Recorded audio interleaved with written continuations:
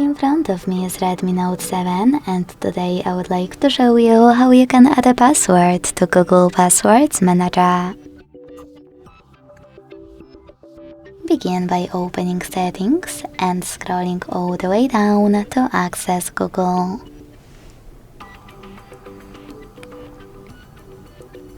Then tap on Autofill, Autofill with Google, and Passwords. Following that, if you can't see any of those options, that means that you never added a password before. To make them visible, hit this gear at the top right corner. Make sure that Offer to Save Passwords is on. Log into any app and hit Save in Autofill pop-up. This way your password will appear here and you'll be able to add another one from those settings.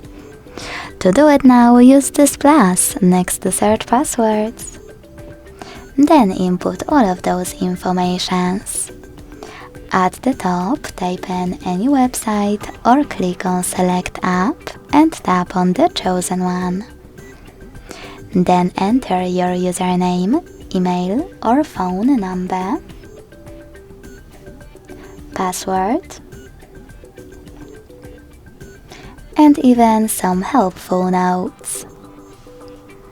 When you finished, hit Save at the top right corner.